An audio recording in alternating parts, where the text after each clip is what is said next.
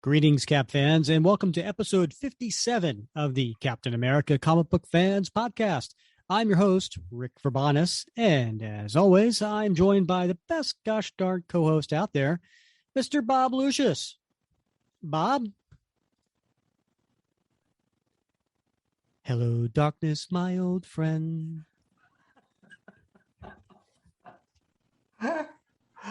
Oh, it was like Simon and Garfunkel were right here in my office, my home office. Which one, Simon scary. Or Garfunkel? I think that was, I don't know. Was that Garfunkel singing? I don't know. I can't, I know Simon's the shorter one. Garfunkel's the guy with the bushy hair. You know what? If we were standing next to each other, I would be Simon, you would be Garfunkel. I just like to say that name, Garfunkel. It's just fun. It is. Take that. Yeah. I like to say that in the Bare Naked Ladies song. If I had $1 million. I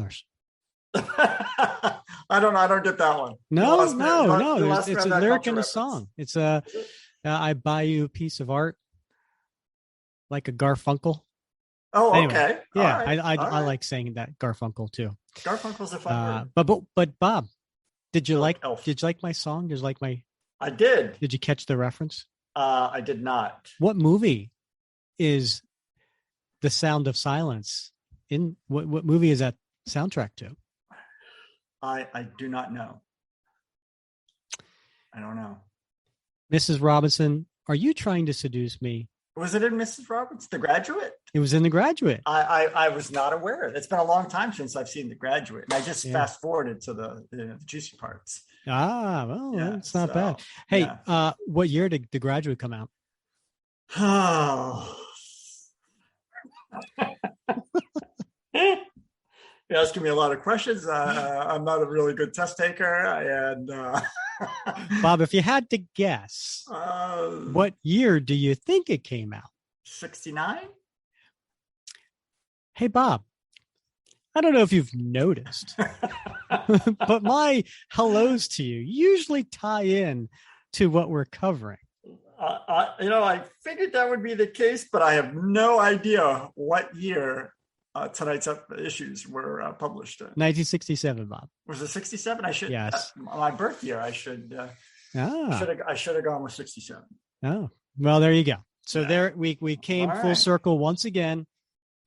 We did a song from The Graduate, which was the number one grossing movie in 1967. Number one. And here we are covering a couple of issues from 1967. It is Tales of Suspense, number 93 and number 94. Was there a James Bond movie in 67? There was. And The Graduate outperformed. Had to have been Thunderball? No, you're close. It was You Only Live Twice. Now here you go. There was a second James Bond movie came out that year. Guess what that one was? Oh, was it Casino Royale? It was a comedy. Yes. It had a bunch of Bonds. Yeah. That was a funny little movie, actually. I enjoyed that movie. I was a very big Bond fan back in my youth. I still have dozens and dozens and dozens of paperbacks from the 1960s and 70s. Ooh, Ian Fleming, actually. Yeah, and I read I was a big Bond, big guy. I was even a subscriber to Bondage, which was the James Bond fan club newsletter. And I wouldn't admit that. I know, publicly, right? Bob. Yeah, and so, but I loved Casino Royale. That was like a little known gem among Bond fans. Yeah. Some liked it, some didn't, but I thought it was great. Do you have a favorite actor? This is, I do like Daniel Craig. I got to tell you, I think he does a bang up job. Yeah. Did you see the new one? I haven't seen it yet. I did. I'm looking forward to it. I'm not going to give anything away, but it was very good. Yeah. I have a small complaint. Now, this isn't, maybe this will give something away, but I don't know. The only complaint that I have is that they somehow always manage to, in the last few movies, somehow get a character, I won't reveal who, is now somehow from the past tied into this character. I won't reveal who. Right. And it's kind of like, you know what? Can't we just have it gets a little convoluted that way. But other than that, I thought it was a good job. I do think, unlike maybe like past iterations, the sort of, how many has he been in? 4 or 5, Craig? This is number 5. Yeah, they've tried to sort of weave them together with its own sort of backstory and canon. They're all which is not story, something really the previous films ever did. They all pretty much existed. There were some repeat characters, with Spectre and Schmersh and all those, but they stood alone, as individuals. But these films there's a lot of sort of background weaving, which for me, I like that. I do too. But and to me, I loved Casino Royale, with Daniel Craig. Thought it was great. The next one was Quantum of Solace. I wanted to like that. Right. Yeah. But the directing or the cinematography, I don't know who to blame. I didn't care for it. It was too much of that shaky camera, Bourne Identity type of thing.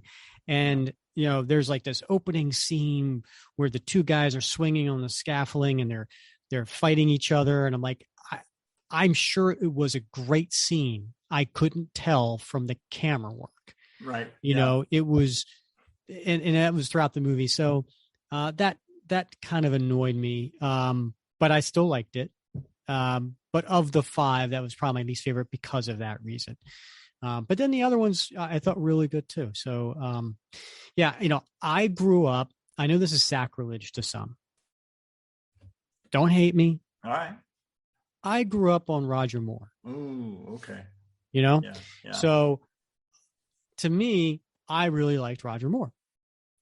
And I think he had his place. Like, to me, Sean Connery, quintessential Bond, tough guy, right? Yep. Ladies' man. Yep. Right? To me, Roger Moore was more debonair, right? Yeah. He was a little bit more debonair, a little bit more ladies' man, and there's a little bit of comedy to him, right? Now, in between, often forgotten, George Lazenby, who did one movie, Her Majesty's Secret Service. Classic. Yeah, some people say he was the best. I love Daniel Craig, but that George Lazenby film has a special place in my heart. So. Oh yeah, why's that? Just the ending, man. The ending. Oh, okay. I heard the song the other day on the radio, and I still tear up. Oh yeah, I love that. I love that movie. Do you? And we'll get back to the songs in a minute. And then we had Timothy Dalton, who I think kind of went back to the Sean Connery tough guy, kind of motif, and then Pierce Brosnan, who I think went back to the almost a Roger Moore kind of like ladies' man, debonair, kind of, too. So I think they all had their place, I don't know. I like them all for their various reasons. Now, did you have a favorite James Bond theme song? Oh, yes. For Your Eyes Only. Oh, yeah. Nice. Sheena Easton. Yeah, that is a good song. Yeah. That is something I think personally. Now, maybe I'm showing my age and I don't know the new music, because I'm old, right? But the Daniel Craig movies didn't have, to me, like great songs, but man, those Roger Moore movies did. Yeah. I mean, For Your Eyes Only, great song. Okay. A View to a Kill by Duran Duran. Duran Duran. Can't go wrong. That was a really cool song. I remember being a teenage Rick. Yeah. And someone got me the 45. Yeah. And I would put that on my record player in my bedroom and stand in front of the mirror. Oh, yeah. And it was like every time like that like the certain part of the song was like dun, dun, and I would turn and I'd shoot at the mirror, Right, I mean, it was totally like geeking out, right? Yeah. But all-time best, again, Roger Moore, Live and Let Die. Oh, okay. Yep. Now, you're right. Wings. I am a huge Paul McCartney fan. He's my favorite musician of all time. All right. So I am a little biased. Okay. But yeah, I mean, if you got to admit, for all the songs out there, I think Roger Moore had the best James Bond. They did have some great songs. I mean, it definitely is generational, right? Because I think Shirley Bassey did Goldfinger, and for me, We Have All the Time in the World by Louis Armstrong from On Her Majesty's Secret Service. I mean, like I said, that one still gets me. It still has an emotional impact for me just because of that first time that I saw the movie and that ending. And the first time I saw it, when I was, I was maybe a freshman in high school. My friend and I, who were both huge Bond fans, Ron Zimmerman, shout out to your brother. We would go down to Lexington, Massachusetts. There was a small sort of one screen boutique theater, and they would do a James Bond film every week, different film. And so either his dad or my dad would like shuck us down there, drop us off, and we'd go in and watch the movie. And I remember seeing that in that small theater on the big screen for the first time. And that last scene where Bond experiences a personal tragedy and that song comes on. I mean, it just still to this day, I mean, I love that movie. Yeah. I got to rewatch it. All right. Tell Lisa Wallace. Yeah. So Bob, getting back to why are we here? Yeah, the hello. Yeah, sorry for the tangent, folks. But getting back to the hello, I did put it out to the group.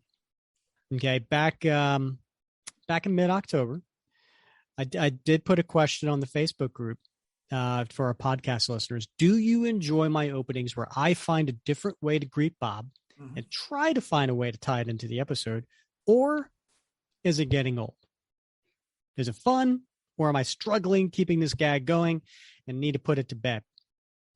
So we got a few responses. Should I read them? Absolutely. I want to be refreshed here. All right. So the Richard Field says, I like the rapport between you guys. It's funny and you get to hear about your mishaps. Keep it going. All right. The mishaps. I like that. Yeah. I like that. James Foley, one of our patrons, longtime patron, super soldier, I believe. He wrote, only my 2 cents, and I am a pretty big fan. It's kind of ran its course. All right. Hi, James. Now, but he does say, but whatever y'all prefer, I'll still listen. It makes my ride in on Wednesdays bearable. I appreciate his honesty. I do too. Yeah. Thank you. Thank you for that, James. So we got 1 vote for, 1 vote against. All right. Grant Ball, another patron, longtime patron, says, honestly, I forget about it each time, so it's a pleasant surprise. Nice. Not sure how to take that, but yes. It's forgettable, Bob. Yes, that's right. No, I didn't take it that way at all, Grant. Thank you. Thank you very much. So there you go. We got Tom Kane says, kind of cool and something I look forward to hearing. Okay. Wow. We got someone actually looking forward to how I'm going to, maybe it's the suspense. Maybe because I go Bob ... Yeah. And maybe this is the point where everybody kind of tunes in a little bit more. I don't know. Ash Barnes, who has been on the show and also a patron, she says, I like it because I love y'all's banter. It doesn't get old. Okay. Right. All right. Unlike us. Yeah. Like us, we're getting old. We got Casey Bruce. So Casey Bruce says, it's fun and good branding. What? Now, the marketing guy, I mean, he's like, I never thought of it as branding, but I like that. Okay. Yeah. Now, he said, if you're having a hard time thinking of options, you could crowdsource it to the group. I might have to do that. Well, that's interesting. I got to tell you, there's been times when we've sat here for like 20 minutes while, Rick has stared at the ceiling. They don't know that. They don't know that. It's the power of editing. I've had to go fill my drink again, wait, so. All right. And then we have Luis Miguel Tovar Rodriguez. He says, I know it's not the question you're asking, but can I say that I love how you speak in the podcast? Remember that I'm learning English, and I'm very glad when I catch almost everything. Apologies for the off topic, but I had to say that, never found the opportunity. So thank you, Lewis. We get a kick out of knowing that we are helping people out there learn English. You're I think the second or third person who's told us that. So that's really cool. So thank you for that. So Bob, I think it's a 6-1 to keep it. Yeah, well, it's like a 6 to 1.5 or a half, right? Because James said he'd go along with us if we were stubborn about it. Is that what he said? That was exact words. That's my interpretation. He's a good soul. So. Yeah. Listen, if you're gonna keep doing it, sure. I was hoping it would be vote the other way because I really spend way more time on this on a weekly basis trying to come up with how I'm going to say hello. Right. So I challenge accepted, people. Challenge accepted. The funny thing is, I don't even remember when I started doing this. It must have been early on. I'd have to go back and listen to the first 10 podcasts to see. But I guess I've been doing it for at least 30, 40 podcasts, wouldn't you say? At least, I would definitely say at least, yeah. And each one's different, Bob. It is. They're all unique. All right. Let's get to the issues, shall we? Right. Yeah, let's do this thing. All right. So we're at Tales of Suspense, which, for some people out there who may not be familiar, well, why are you doing Tales of Suspense? This is supposed to be Captain America. Well, because back when Captain America got his reintroduction after the deep freeze in Avengers 4, they realized that, hey, he was pretty popular and needed to be in more than just the Avengers. So over in Tales of Suspense, it was Iron Man had taken over the series and was doing that. And they decided they're going to split the book. And this was, in 58, Cap showed up and basically Iron Man and Cap had a fight in issue 58. And if you want to hear that one, you should go and check out episode 36. We cover that landmark issue, first time Cap is in Tales of Suspense, 1964. So go listen to episode 36 after this one. But then with issue 59, they decided to split it. So it was then Tales of Suspense featuring Iron Man and Captain America. So then basically it was half and half. You got two stories in one issue, and they alternated, right? Sometimes Iron Man was on the cover and sometimes Captain America was on the cover. Now, right now I'm looking at issue 93, and we have up in the corner box in the top left, we have a full-bodied Iron Man, but just the face of Captain America. So we know who's on the cover, right? It's going to be Iron Man. And here's Iron Man battling is he Russian? I think he's Russian, right? The Titanium Man? I think he is, yeah. Yeah. Yeah. All right. So Iron Man's battling the Titanium Man, and in the Starburst it says power versus power. Back again, stronger than ever, the Titanium Man. And then Bob, we have in a little globe picture of guess who else is in this issue. Can I, Rick? Can I? Yes, please do. Don't miss the villainy of Half-Face.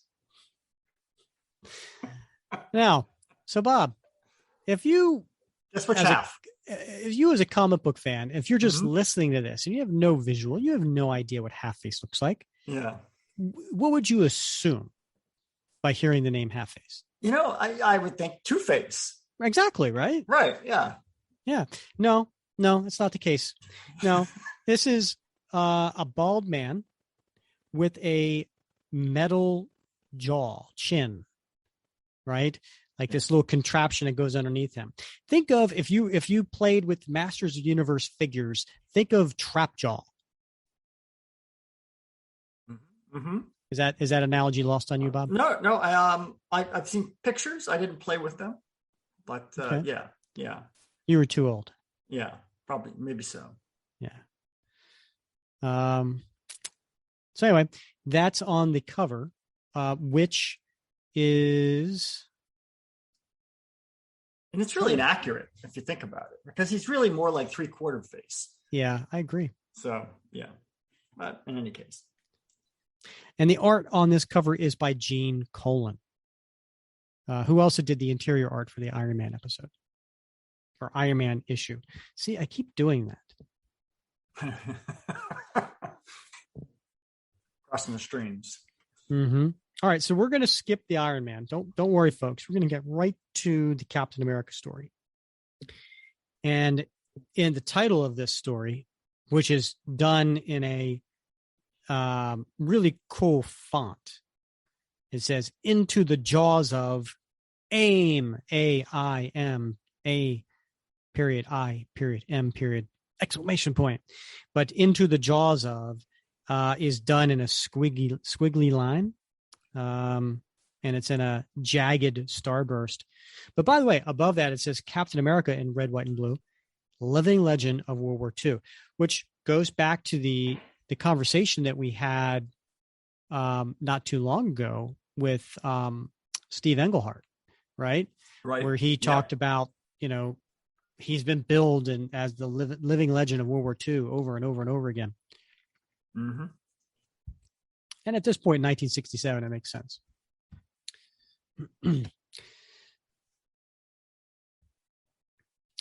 All right, so I'm going to describe the splash page, okay? Because it's quirky, man. It is 100% a Jack Kirby type of splash page. Yeah. So we have Cap in his Cap uniform in the ocean, underwater, and near the bottom of the ocean. So it's dark. And he's wearing this contraption. How would you describe this contraption, Bob? It's like a portable sub, but it's a wearable one, right? So it's got the enclosed area around your face so you can breathe, but it's also got like the maneuvering jets so that you can maneuver around, and lights. I mean, it is like a personal submersible contraption of some sort. Yeah, it's on the upper half of his body. Right. The funny thing is, these didn't exist in 1967, but they do now. Mm-hmm. So good job, Kirby. Yeah. Yeah, it is. It's a pretty cool looking description. So and then we have in the caption here, it says, "In all the world, there is but one girl whom Captain America truly loves, one mysterious, valiant agent of S.H.I.E.L.D., whose very name is still unknown to him. Last ish, we saw how Cap unwittingly placed her in the deadliest peril when he attempted to rescue Nick Fury. And now, despite the magnitude of the odds against him, the Star-Spangled Avenger fights back." All right, Bob, I got to stop here. All right. Come on, man. Really? Come on, Stan Lee. You keep writing about Cap in Tales of Suspense, where he's falling in love with a woman who he doesn't even know their name. Yeah. This is the second time. He did the same thing with Peggy Carter. He does. I was thinking the same thing, as I was reading this, that in the 1960s, and I don't know if it was because, those sort of romance magazines and comics were still very popular. But there is an emphasis on romance that I think is unparalleled in the rest of the Captain America mythos. I agree. I mean, it's clear that him and other women, Sharon, Bernie, Rachel, Connie. Yeah, there's relationships, but the relationships are more sort of sophisticated. But in the 60s, in these books, it's a puppy love sort of. And 70s. I mean, Sharon, the way they did Sharon Carter in the 70s, I mean, I think she wasn't even a truly respectable character until she came back when Mark Waid. Yeah. Right. I mean, after she came back from her quote unquote death, right? Yeah. And Mark Waid brought her back. Then I thought she became a badass. Yeah. She became a respectable, more than two-dimensional character. Right. Yeah. Yeah. And so I don't know who they were trying to capture with that sort of market, because it seems to me like I don't know, maybe that was appealing to young teens. Yeah, sure. Maybe that sort of was the sort of idea of love as a young teenager would know it, as opposed to later on, a more sophisticated older reader would see love. That's a good point. Yeah, because I think this is more of a relatable to puppy love kind of first crush. Yeah. Right. Like, back when you're early mid-teens and you see a girl and your heart goes pitter patter and and you're like, I don't even know who that girl is, but I love her. I'm going to marry her. There you go. Yeah. Right. Yeah. So Cap's in this machine as he's underwater, and he says, all Fury knew about AIM's location is that they're based in a giant sub somewhere in these waters. And if anyone can find it, I will, using the Shield's long-distance mini-cruiser. Oh, so we should probably get into, who did this particular issue. I talked about the cover, but I already kind of mentioned that Stan Lee is the writer, Jack Kirby is the penciler, and then we have Joe Sennett as the inker, and Artie Simic as the letterer. We don't know who the colorist is. Could it be George Rosas? I don't know. All right, next page. Swimming tirelessly, ceaselessly, his equipment coated with a special new radar-blocking chemical screen, Bob. Cap finally sights, and he sees this big sub on the bottom of the ocean. The sub, nestled within the deep underwater ravine. But if I see them, their observers must have spotted me too. I can almost feel their eyes upon me now. And as though suiting action to the lone swimmer's thoughts, and then we see an AIM soldier, which is wearing these, yellow outfits with the little kind of yellow beehive kind of head. Love those. Head. Yeah. Another victor for AIM. The eyes of MODOK are everywhere. And it says zap, which is interesting because I always associated zap with a laser type of thing. This is a projectile. But it does fire right towards Cap and hits him in the midsection. And the AIM soldier says, the cylinder's thin ionic valve head will penetrate any waterproof device known to man, instantly pumping a nullifying gas through its armor-piercing nozzle. And as he's describing this, you see, right, Cap's face getting all this gas, and he looks terrified. Not the look we're used to, right, in more modern times, right? But he looks completely scared, and but then it says, within seconds, the subject lapses into total helplessness. And sure enough, Cap's got his eyes closed, plunging into an all-engulfing sea of endless night. And next thing you know, Cap's in the dark, drifting deeper into a nameless, silent limbo until, and then he comes out of this pitch darkness into some sort of explosion of light and Kirby crackle, as it's called. He's hurled into reality like an exploding meteor. And again, Cap is now, his eyes are open and he's awake and his mouth's open. He looks scared. Now, before he fully regains his senses, let us wrench his accursed shield from his grasp. And even in his state, Cap's struggling, but they take the shield from him. And then he wakes and he's on a table and he sees these three AIM agents Welcome, Captain America. MODOK welcomes you to the supreme world of AIM Reborn. MODOK. Who is MODOK? The one who will soon be ruler of all, even as he now rules the invincible forces of an almighty AIM. And Cap thinks to himself, time enough to worry about that later. First, I've got to find a way to break free. I'm being drawn to a conductive base plate by sheer magnetic force. AIM Reborn is diabolically inventive as ever before. And Bob, can you describe this Kirby creation of what's behind him in this panel? I don't think anybody can do it justice, Rick, but it looks like a big circuit board, right? It does, yeah. Yeah, I mean, that's fundamentally what it looks like. It's very detailed. And then we cut to the next panel, and there's 3 more Hive agents walking up, and they've got a blonde woman and a magenta jumpsuit. And now, before we dispose of you permanently, here is another agent of S.H.I.E.L.D. who shall join you in your final feat. Captain America, they captured you too? The girl, the one I came to rescue. Thank heaven she's still alive. You fool! How did you do it? You knew it was hopeless. Why did you come? Why did you sacrifice yourself? My life is of no importance.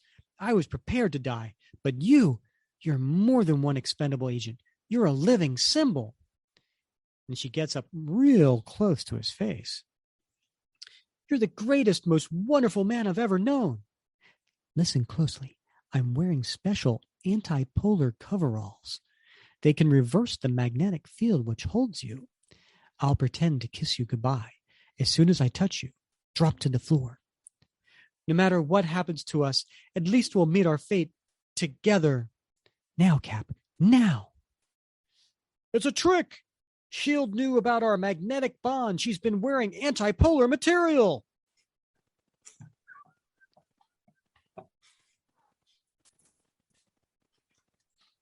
Smart.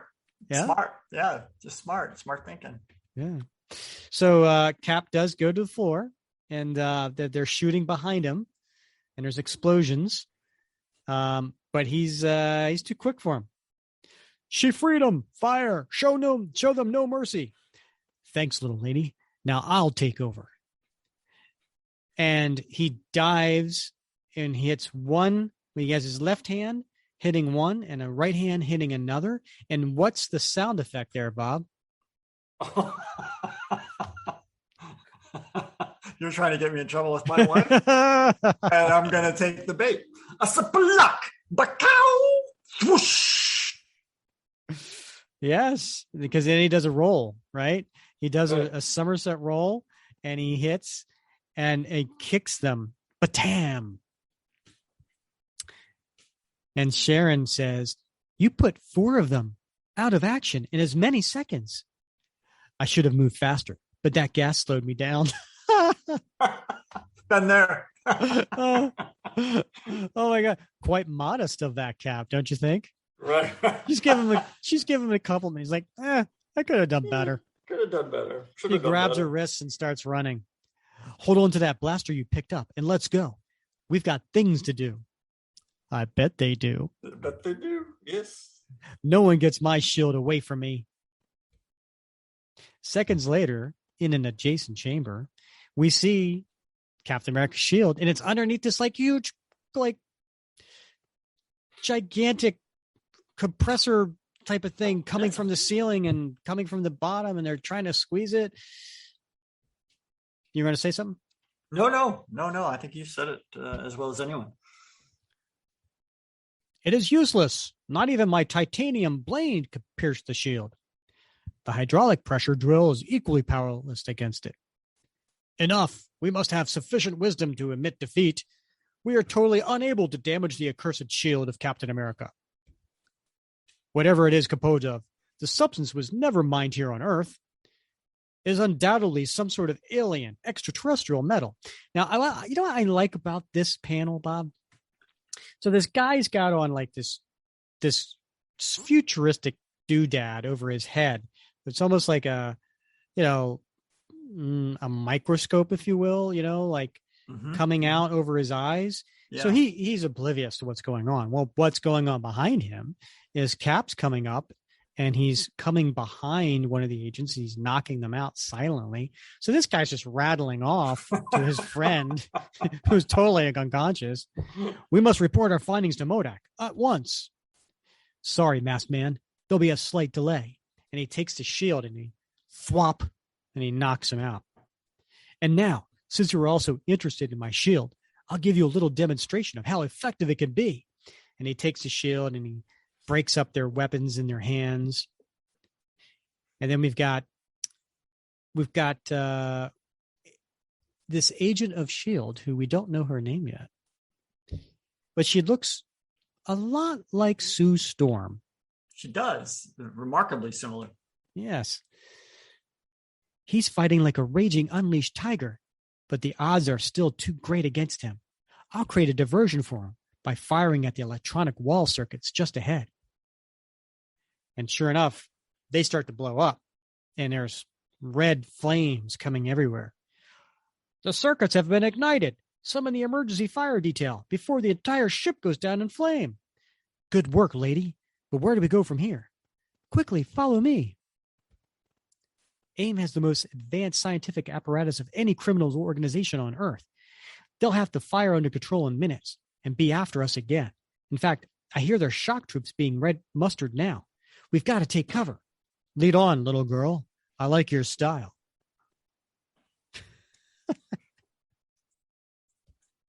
Oh, 1967. How I missed you. Me too. They'll be past us soon. Then I'll find their emergency escape hatch and have you out of here before you know it. They'll be past us soon. Then I'll find their emergency escape hatch and have you out of here before they know it.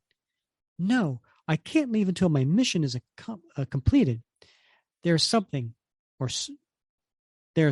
or something named MODOK, which may be the greatest menace the world has ever known. It was my assignment to learn what MODOK is, and I must do it, even if it costs me my life. But if you hurry, there's still a chance for you to escape before the shock troops return. Are you mad? Do you think I could go and leave you here alone?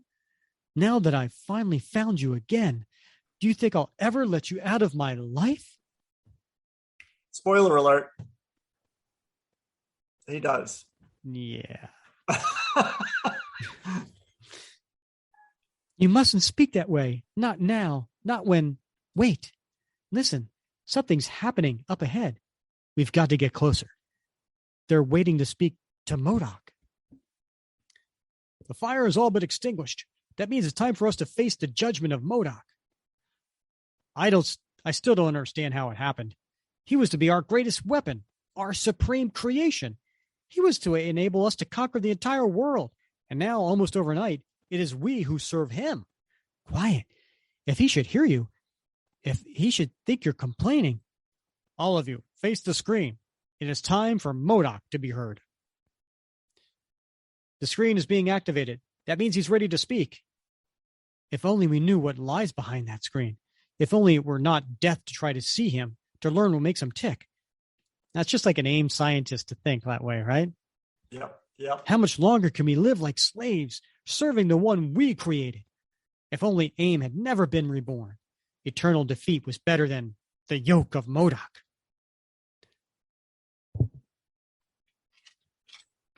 The yoke of MODOK. I like how that sounds. Yeah.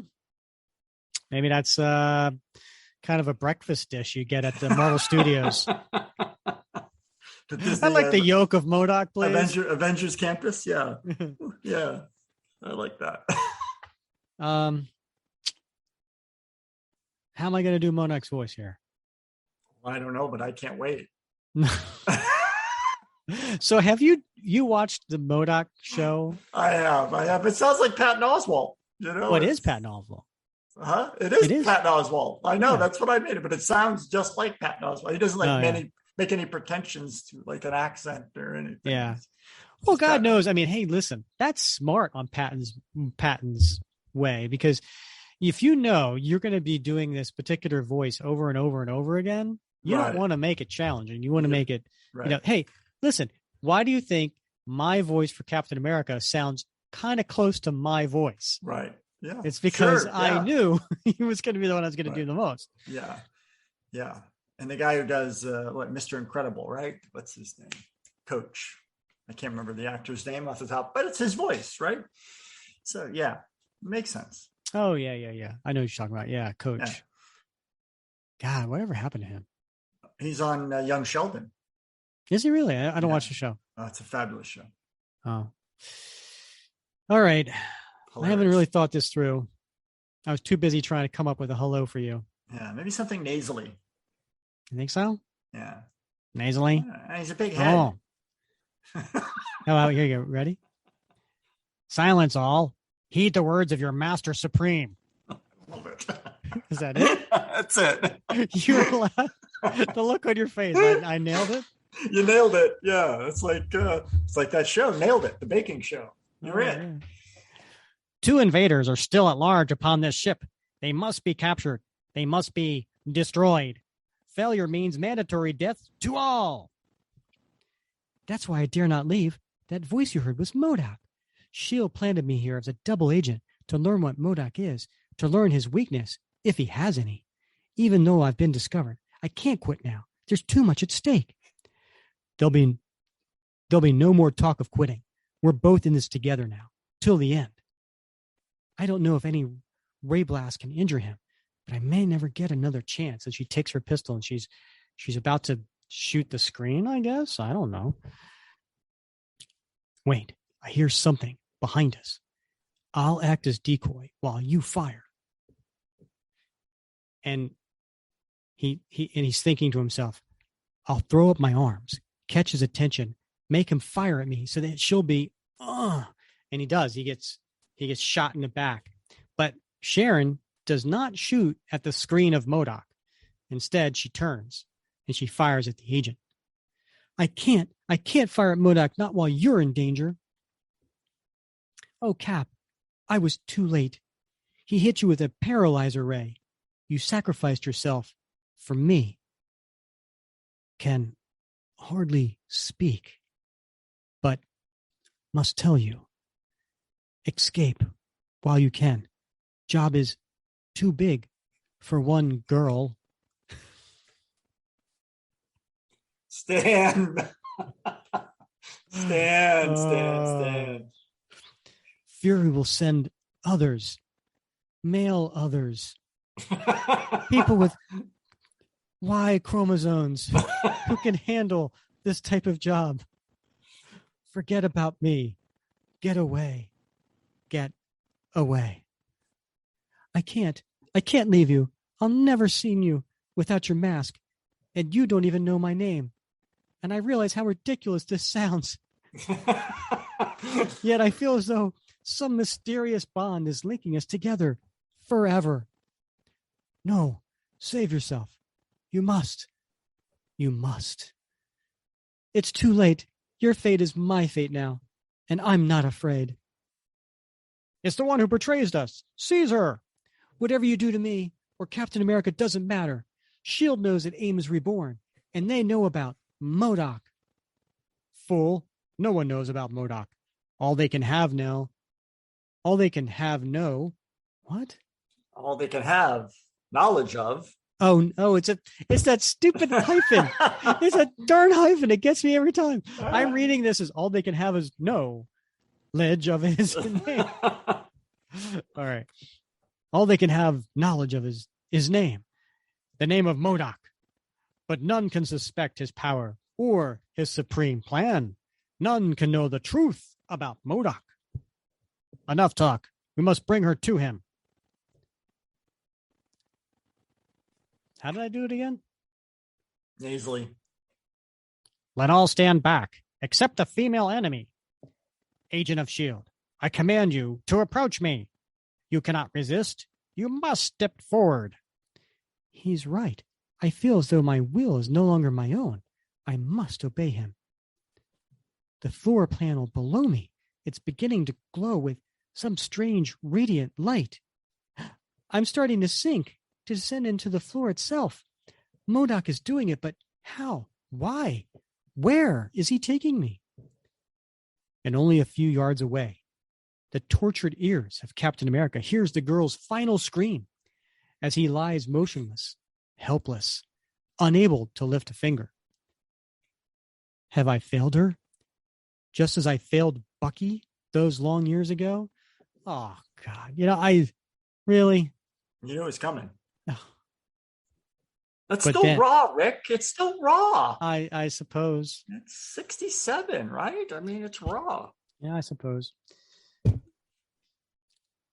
But then, in the space of a single anguished heartbeat, there's right above him, above Cap's paralyzed body, is a AIM agent with his futuristic laser pistol looking down on top of him. It's a good angle. I like it. You have too often escaped us in the past. You will not escape us again. Thus, without any further ado, Captain America, you now shall die. Next, if this be MODOK. To be continued. All right. What do you think of this so far? So far, so good, man. I love AIM. Yeah? AIM are some of my favorite villains. I don't know. There's something about the villainous scientists in their beehive uniforms. I don't know. That really. Yeah, I was trying to explain it to Megan yesterday, guys. And I was like, yeah, they're mad scientists. And I was like, stop myself. No, they're not mad scientists. They're not crazy. No. They're evil scientists. Yeah. Right? They're scientists. Maybe not even evil scientists. They're just evil scientists with super committed. No scruples, no. Right. Yeah. It's pursuit purely of knowledge and anything that allows them to get more knowledge. Although we would think it's unethical. Yeah. So there's letter column. You know what? There's a famous person's letter printed in this. Should we read it? Yeah. Okay. I'm gonna tell you, it's an artist, a very, very famous Marvel artist who wrote this, and he was quite young when he wrote it. Okay. Dear Stan, I can't say much about the Iron Man stories, which is to say that they have been good enough to merit only praise. I do admit to a special love for the Titanium Man and would appreciate a return, which he got in this issue, but only in another 6 to 12 months, as he hasn't been gone so long, and a precipitate return, as the Beast would say, would be inopportune. Gene, he's referring to Gene Colan, the artist, is, in my considered opinion, one of Marvel's best, and if he were ever to stop producing Iron Man, I should come to New York and chastise everyone there myself. My adulation, however, does not blind me to a tendency of Gene's that I have become disturbed about recently. Ooh. Gene, my man, he's now addressing Gene directly. You're drawing a little too stylized. I realize that to reverse or even stop this tendency is almost impossible. But if I didn't think Marvel couldn't do the impossible, I wouldn't bother writing in the first place. Iron Man has a certain elegance that no other Marvel character can match. I can say no more.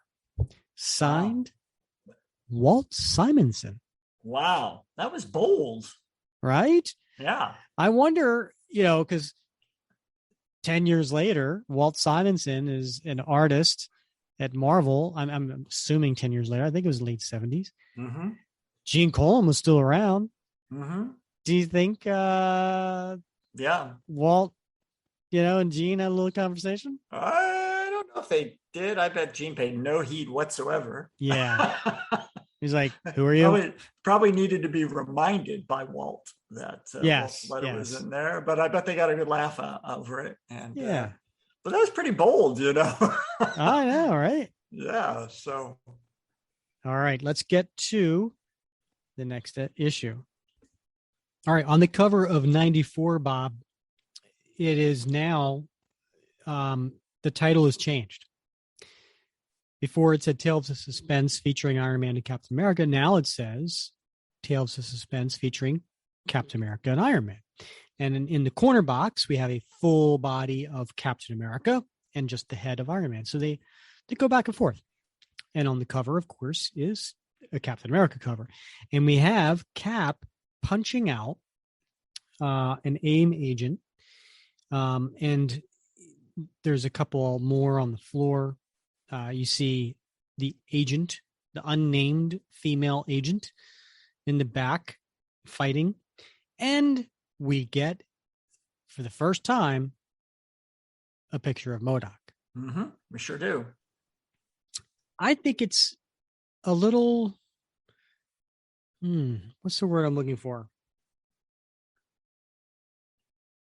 Not disappointing. What's the word?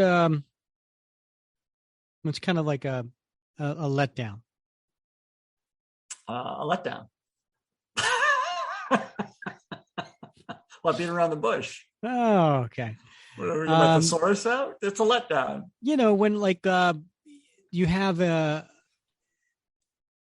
there's a big buildup, and then there's like the crescendo, and it's nothing. It's like a letdown. It's what is that called? There's a term for it. Yeah, letdown. Oh. Anyway, so we have MODOK, but it's not like here's a big picture of MODOK front and center. It's in the bottom corner underneath Cap's bent leg. Yeah, it's weird. And it's not even a full, it's like part of his body is, I almost said part of his face, but his face is his body. So part of his body is off panel. I wonder if it was done on purpose because he's such a, unique looking character that almost like, I don't know. Why would you do that? I don't know. It's a great, like if you took MODOK off the cover, let's just the thought experiment. You took MODOK off the cover. It's a great cover. I mean, it's an action-packed cover. Yeah. And I like that. There's shooting going on. There's the agents in the back with the karate chop, Cap's punching out the AIM agent. It's a great cover. And they're like, oh, how can we fit MODOK on here? And they squeezed him in, you think? They like squeezed in a 3/4 shot, which, you're not missing anything because that 3/4 pretty much tells you what MODOK looks like. But you're right. It's like way in the background, like an afterthought that they added to this. And I don't know what the rationale was, but it doesn't add anything to the cover. Mm-hmm. But it does, you're right. It does sort of detract a little bit, but not a lot, I guess. I don't know. It's a weird. It's not exactly the most. Like I don't want to be overly critical, but it's not like the most like whoa, that's MODOK. Right, exactly. It looks like he's on the can. That's why I'm saying it's a letdown. Yeah. It's like this is the very first time we're seeing the character. Yeah. And it's just kind of like an afterthought almost. Like if I saw this cover, I would never guess that's the first appearance of that character. Yeah. If you hadn't read the previous issue and weren't looking forward to like, oh, what's this new bad guy, MODOK? You would just think like this is some like lab rat in the background or something, right? Yeah, some experiment, that was going on when Cap and the agent burst into this lab. Right. So here's the thing. So if you were to describe MODOK, for those out there who aren't familiar with MODOK, and I would imagine most people are because they're Captain America fans, they've seen MODOK. There's a show on Hulu, right? Mm-hmm. But basically it's a giant head, right? It's a giant head, giant face. The face is kind of stretched a little bit to the sides. It's almost like a distorted face, if you will. Mm-hmm. And then there's a blockish kind of body and he's tiny little arms, tiny little legs. Right. Yeah. And he's in some sort of containment suit that allows him to fly, hover around because, his legs certainly couldn't support the body. Here's something interesting though. This isn't like the first time a comic book villain was like this. You don't say. Yeah. So in DC universe, there's a villain. His name is Hector Hammond. Really? Yeah, he's a Green Lantern villain. In fact, he appeared in 1961. That was his first appearance. Gil Kane, who is a pretty famous comic book artist, was one of the creators on him, and so he's been a major Green Lantern villain over the years. But yeah, he's got a giant head, but he's different. He just looks like a normal person with a humongous head. You know, he looks like a bobblehead doll, basically. Yeah. Okay. And he's refined to a chair, and his power is all mental because, you know, he's got a big brain. Mm-hmm. But yeah, so that's interesting. Anyway. So it says on the cover, if this be ... MODOK. Bob, I have not watched a MODOK TV show, but I did a little research before doing this. And the title to the very first episode of MODOK is called If This Be MODOK. Is it really? I don't recall that. I didn't get too far into the series, as I found that a little bit went a long way for me.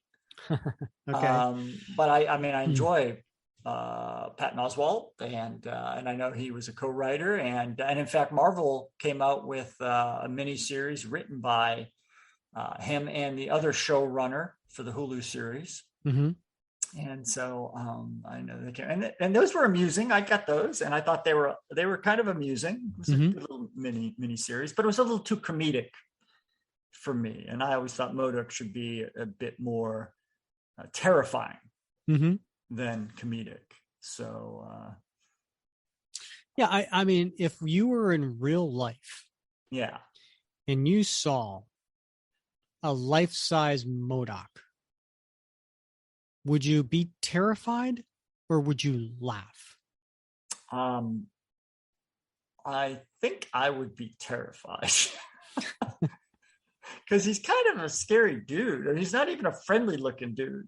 No, right? He's not like he's smiling. He's always got a grin. He's not Humpty Dumpty. You know, you see Humpty Dumpty sitting on the wall with his little legs and arms and his, his big head with the crack in it. Yay, friendly. But MODOK does not come off as friendly.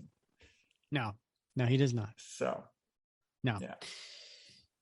All right, Captain America, Living Legend of World War II. If this be MODOK, the evil organization known as AIM now lives again. Only Captain America can rescue the lovely agent of S.H.I.E.L.D. who has been captured while trying to learn AIM's greatest secret, the identity of MODOK. But Cap himself is now a prisoner of AIM Reborn. And so, remember where we left, where the agent was standing over top of a paralyzed Cap? Well, now, flipping the angle, we see it from the AIM agent's point of view, looking down at Cap, which is the opposite of how the episode or the issue ended last. Without any further ado, Captain America, you shall now die.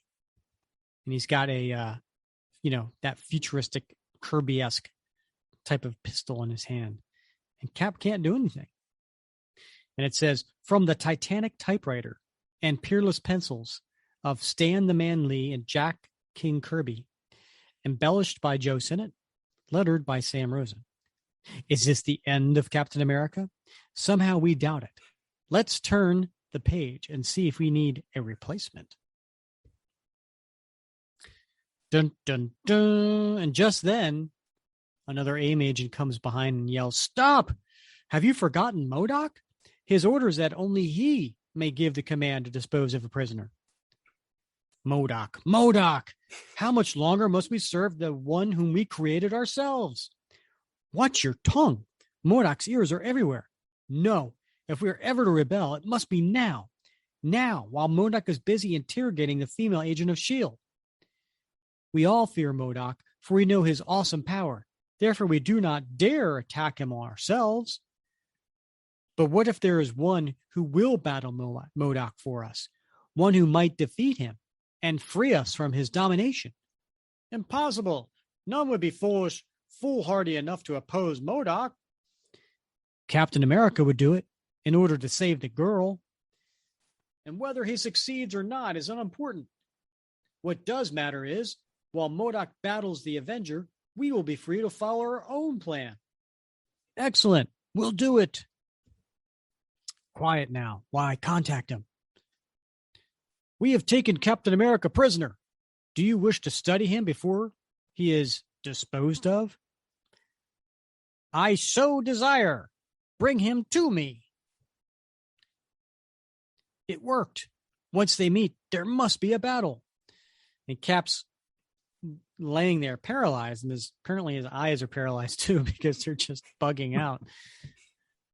Even if it means playing into AIM's hands, I've got to rescue the girl from MODOK. I dare not fail. I'm sinking downward. They're dispersing the molecules of the floor as they did with her. Now, I find that interesting, Bob. How did he reference Sharon? Her? Her. Yeah. And that was the same way he referenced Peggy in that Tales of Suspense issue. He kept referencing her. It was her, right? Yeah. Well, in all fairness, we don't know her name. Yeah, but okay. You can't see it because I'm describing this, but in Cap's thought bubble, yeah, it says, as they did with ... right, bold, her. Yeah. So it's like really emphasizing that. Right. And that's the same way they emphasized Peggy, the other woman he fell in love with who didn't know his name and never saw his face. Yeah. And he didn't know her name. True. Good catch.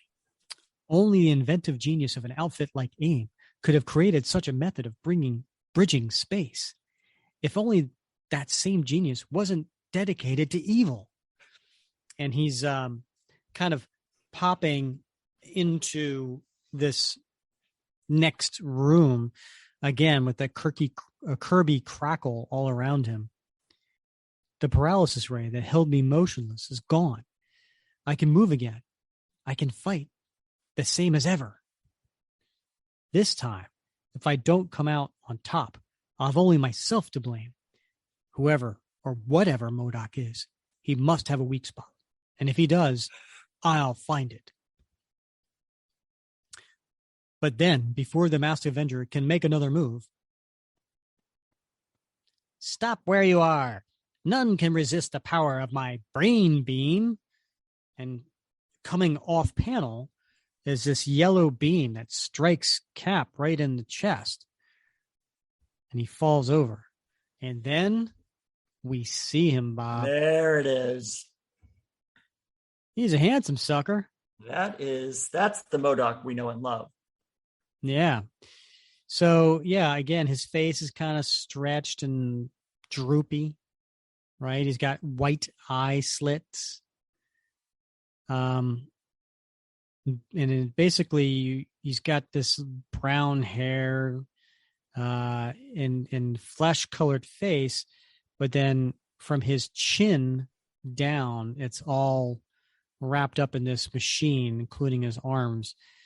And then he's got this band across his forehead, and on his forehead is this kind of oval-shaped, sideways oval-shaped ray that looks like it's pulsating with this yellow glow. I am MODOK. Once I was a mere human guinea pig for the scientists of AIM, but they did their job too well, and now I am their master. Cap, be careful. His brain is his weapon. He can use it to control, to fight, and if he desires, to destroy. He's even more dangerous than S.H.I.E.L.D. suspected. There's almost no limit to the power of his strange, uncontrollable brain. I sense that I can never control either one of you, for you are both too dedicated, too willing for what you believe in. Therefore, I have no further use of you. He's planning to strike. Stay back. He'll have to get me first. Noble words, Captain America, in the most heroic tradition. But despite your famous athletic ability, you are no match for MODOK. My magnetic-powered mobile chair is far more agile than any legs could hope to be. And he does. He spins around really quickly. You sure talk a great big fight, MODOK. I am aware that you seek to goad me into action, hoping to find a weak chink in my mental armor. But you'll find instead that I do more than talk a great fight. My invincible mind beam is the greatest single weapon ever unleashed. And he fires at him. See how easily it could be anchored to your shield, lifting you helplessly into the air. Couldn't dodge. His beam is too fast. But there are many types of mind beams. For example, this is an infallible stun shock beam. And he fires, and again, this Kirby power crackle is around him, which can be instantly followed by a simple blast capable of shattering a steel floor and then hurling the piece at any target I so desire. So far, your shield has protected you, but let us see what happens next. A heat beam, making the floor red hot beneath my feet. But I can't give in. I've got to keep dodging, keep fighting. Sooner or later, he'll make a slip, and when he does... So we cut to next page. We have these AIM agents in their yellow beehive costumes,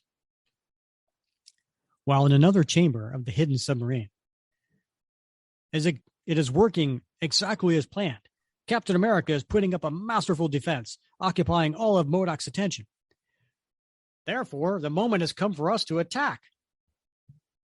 Squad A, into the escape sub on the double. Be prepared to make your break if Squad B doesn't contact you within 10 minutes. Squad B, attack MODOK. You must return within 10 minutes, else it will be too late for you to return at all.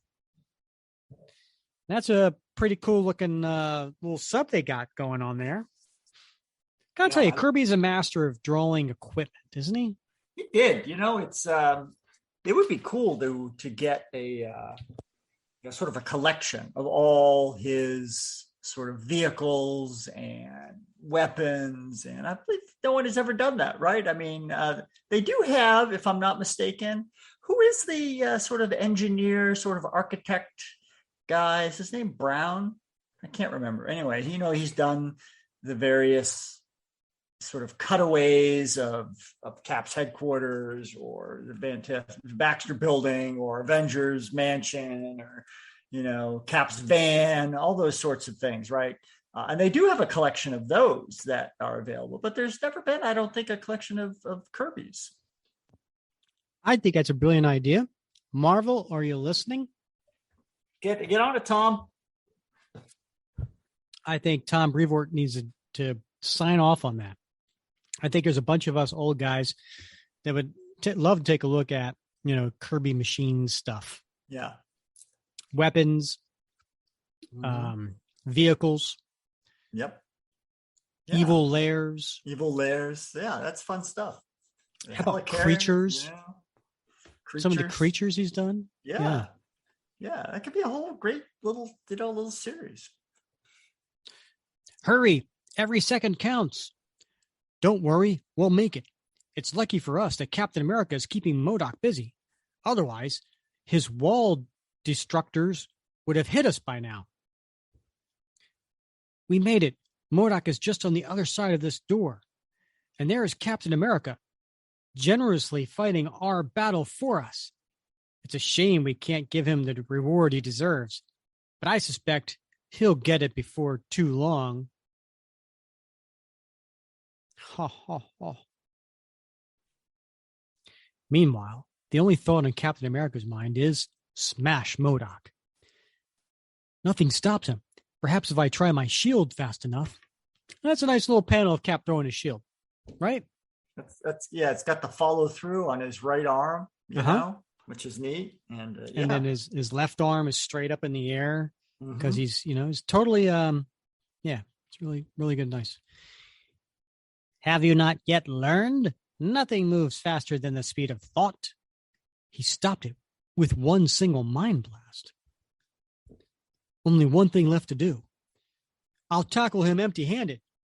Cap, wait, look out behind you. A sudden fusillade of shells over my head. If you hadn't stopped me in time by tackling me the way you did. But look, the shots were really intended for MODOK. It was my battle with him that gave them the chance they needed. They caught him by surprise, and their attack worked. He's done for. And sure enough, you see MODOK getting blown up. Keep firing. Make sure he's finished. Enough. Don't waste any more time on MODOK. Let's get Captain America out of the picture while we can. And all these agents come in firing their weapons. I've got news for you, clowns. You can't. Stay behind me, lady. This time I know what I'm fighting. So it's going to be my inning now. So Cap's running towards them, picking up his shield off the ground. And he takes it and he strikes. Again, nice action pose, right? It's him swinging his shield and knocking them all back. And then coming up and thubunk, hitting them. And then right behind Cap is a AIM agent. And instead of taking his pistol and shooting Cap, he decides to make it a weapon to hit him in the back of the head. Cap, look out. Too late. He can't save himself now. Maybe he can't, but I can. Karate chop. And she knocks him out. Good going, girl. But our job isn't over yet. If they've revolted against MODOK, the others must be making a getaway, and we're going to stop them. But at that very moment, the 10 minutes are up. They haven't returned. We can afford to wait no longer. Everything is in readiness for instant departure. Then close the hatch, start your engine, and take off. If MODOK hasn't stopped us so far, it means he's been put out of action. So we still have a chance. The hatch, it won't close. Wait, what's that? And there's Cap's shield right in the middle of two doors closing. The shield of Captain America. He's free again, and he's found us. While in another part of the sub, a dying figure summons his last remaining vestige of power. And there's MODOK lying there. He doesn't look good. MODOK must not die like any helpless being, for once I possess the power to change the world. Therefore, I must perish in a manner befitting the Master Supreme. Men must talk of my last few seconds for as long as legends endure, and so they shall. And he fires his mind beam up straight into this device of some sort that's in the ceiling. I've reached the emergency detonator. Now, if I can increase the pressure. And as MODOK's uncanny mental pressure begins to mount, a small, speedy escape sub streaking from the mother ship, seeking the safety of the deep. An escape sub now commanded by two reunited fighters with freedom. Don't move. I assure you, I can use this weapon as well as any man. If you're one of Fury's agents, we believe you. Follow my directions. I'm delivering you to S.H.I.E.L.D. You've saved my life, yet I've never even told you my name, nor have I ever seen your face beneath that mask. How strange. It took MODOK to bring us together again, and now we don't even know if he's alive or dead. Listen, that explosion from afar. I think you can forget about MODOK now. Your question has just been answered. And you see an explosion on the surface of the water on the horizon as the submarine's periscope is going through the water. Next up, the death of a legend. Mm-hmm.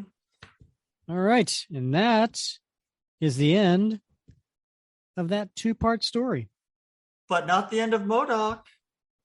Oh, Bob, you gave it away. Spoiler alert. I'm sorry. I was supposed to say spoiler alert first. Dang, I always mix that up. You really do. MODOK shall kill you now.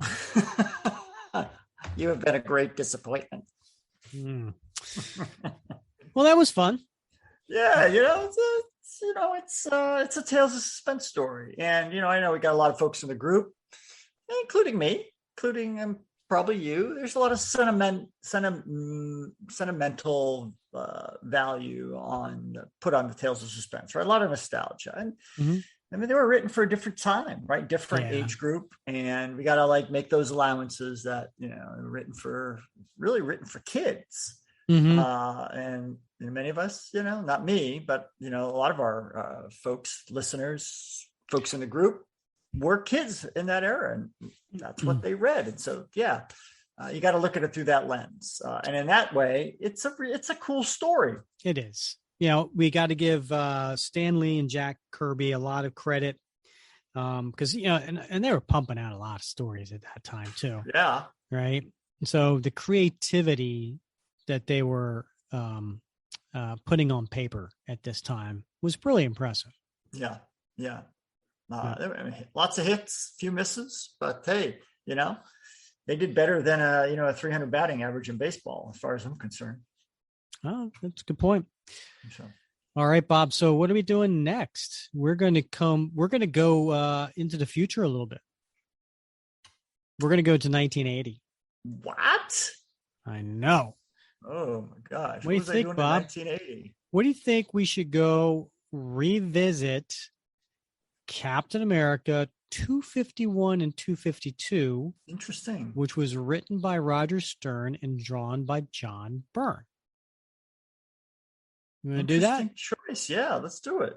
Yeah, we haven't been back to 1980 in a long time. So, in fact, we haven't done a Stern Byrne story since episode 7, when we did the first 3 issues of the Stern Byrne run, which was 247 through 249. So if you want to go back to episode 7, you can certainly do that.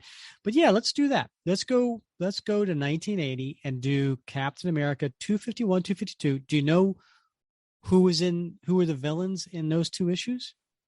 Is it Dr. Jekyll? Well, Mr. Hyde, yes. Yes. And our good friend, Bertrand. Leap. Indeed, yes. Right?